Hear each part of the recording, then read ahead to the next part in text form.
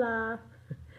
Um, just wanted to say, hey, what's going on? This is day 18, as I told you on day 17, that you may see me in the same thing. Of course you will, because I did these videos back to back, and I did that for a reason.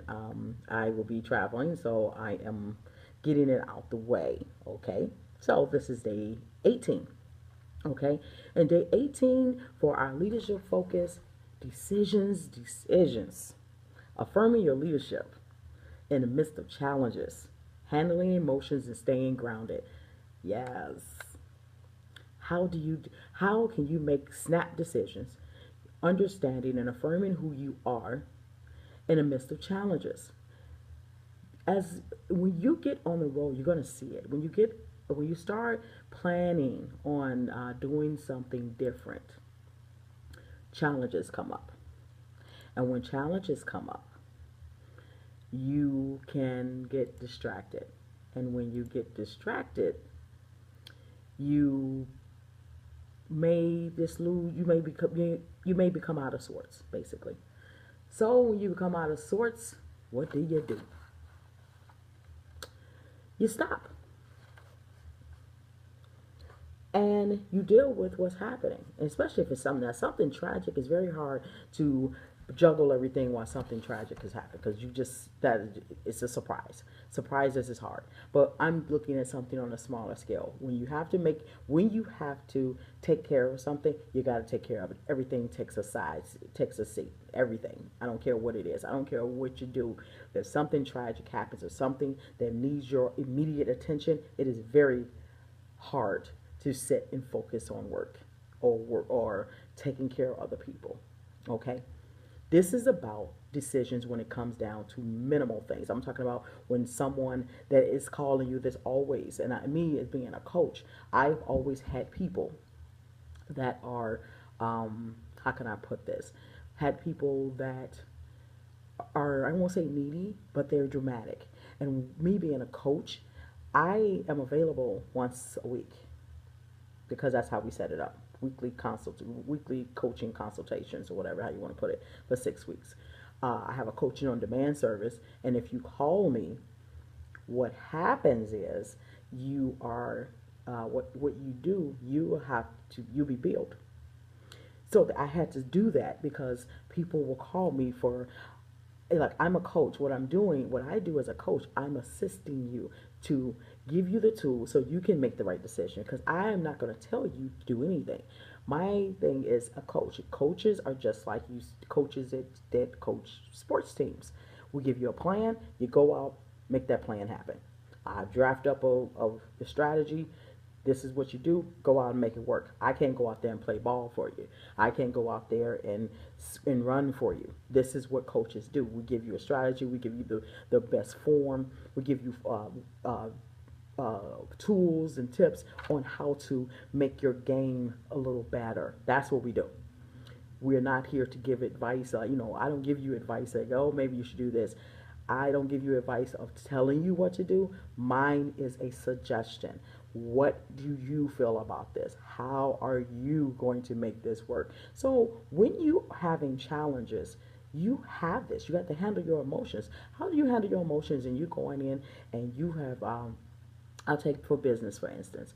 You have worked on a plan, and in your plan, somebody, you come and you present this plan to everybody, and somebody being special or extra will say something to, and they see it as constructive criticism, but it may be a downright all out assault. They may just totally just demean you because they just whatever. It may hurt your feelings. I'll just put it that way. It hurts your feelings.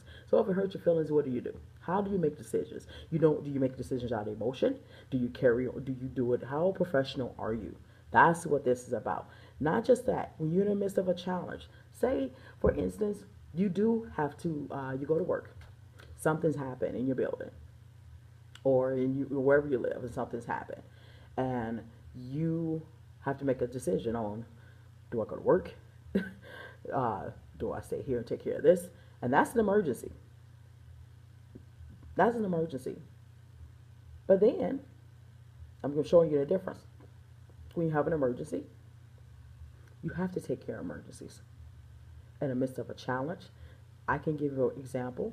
I remember being at work, and I knew years ago, this was years ago, I remember being at work, and um, I knew it was coming. We were being evicted. I had already moved out of the house. My ex husband was still in the house, and I had already moved a lot of things. It was actually, we was an agreement that he would help, he would get the rest of the stuff out of there. Come the eviction day, they came to take everything out the house. I got a phone call from a neighbor. They're telling me what's going on because the ex-husband didn't call. He told me what's going on. I had to go. I had to leave work. I had to leave work in the middle of a presentation. I had to leave work. It was a presentation with the company at the time. We were carriers for General Motors. So we were in a meeting. I had to leave. I had to wrap up things there. I had to pull the CEO and the general manager of GM, had to pull them aside and talk to them, like, hey, this is what's going on. I got to cut up out of here. They let me go. They let me go ahead and go and do that. It was understandable, but it was one of those quick. That was one of those challenges, and I had to make a decision at that moment to either leave. I could have just bounced up and just ran out the door and whatever. But you gotta affirm. You gotta do things in a way that everybody else are not impacted. Because I had to still give them a debriefing. I had to give them my notes. I had to tell them what's what. I did that beforehand, and did not realize it. Proper planning help make decisions. So you have to be in a position to properly prepare for whatever. So had I not had notes, had I just banked on the fact that I'm going to be here talking about it, they don't need notes, it would have, and I had to scoot up out of there. Guess what? They would have been totally. I won't say they would have been lost. They'd have been there longer than they should have, trying to gather information that I should have given to them in handouts. So this is how you do it. Being a leader, leaders are always prepared. Decisions. How do you affirm your leadership? What's one thing? How you affirm it? Always be prepared. You have goals, you have things you got to do every day, you got a to-do list. You have to be prepared. You have to always be prepared for something. Not saying that you should be alert and be fearful of something going to happen. No, you should always.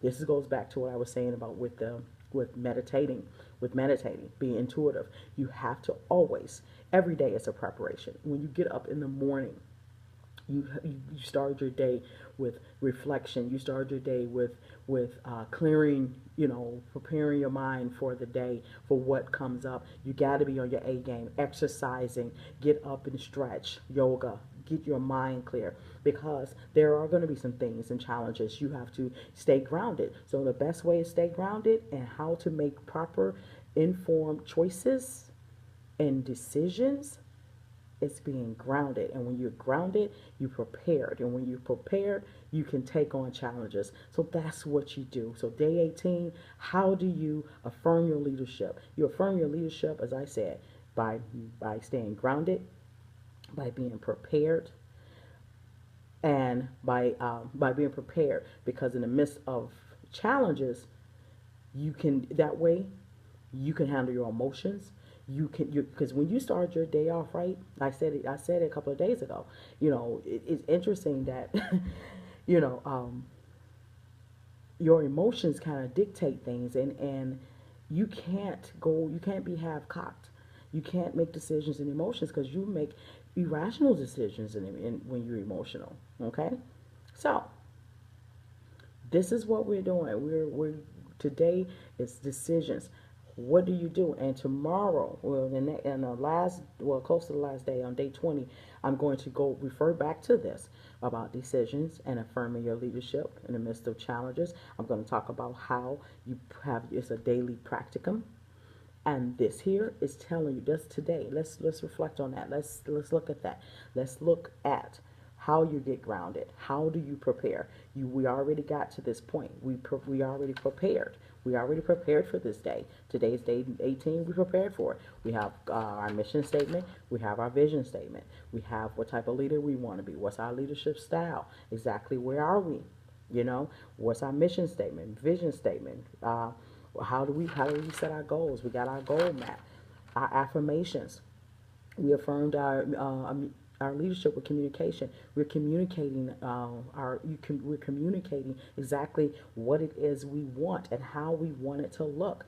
And what's the we are priorities. We're prepared for this. So today is day 18, decisions, affirming your leadership. If you use the tools that we've been given in the past 17 days, we are here. You know how to get in there. We know how to pick up on this, and this is really amazing. I'm so glad that we're doing this, and as I said before, coming in the next 21 days when I set this back up, 2 weeks from now, when I'm going to do this again, um, February 1st, and when I do this again, what we're doing, we're going to have a workbook accompanying the course. Okay, it's going to be a workbook. It's going to be me doing less talking. We're going to have a week. Each week we're going to have a video. So the intro and the intro video, then a week for each a video for each week. Then we're going to have it packaged so you have more text, so you can look at it, so you can examine it and see. So right now I'm talking it out so we can kind of get an understanding of what these 21 days and how we're going to set ourselves up for some greatness for the next 12 months. Don't forget, I did say that we're setting our goals for a year. What do we want by the end of the 12 months since we started this? Okay? Peace to you. Love to love you. I can't wait to hear more about your progress. See you soon. Goldie loves you.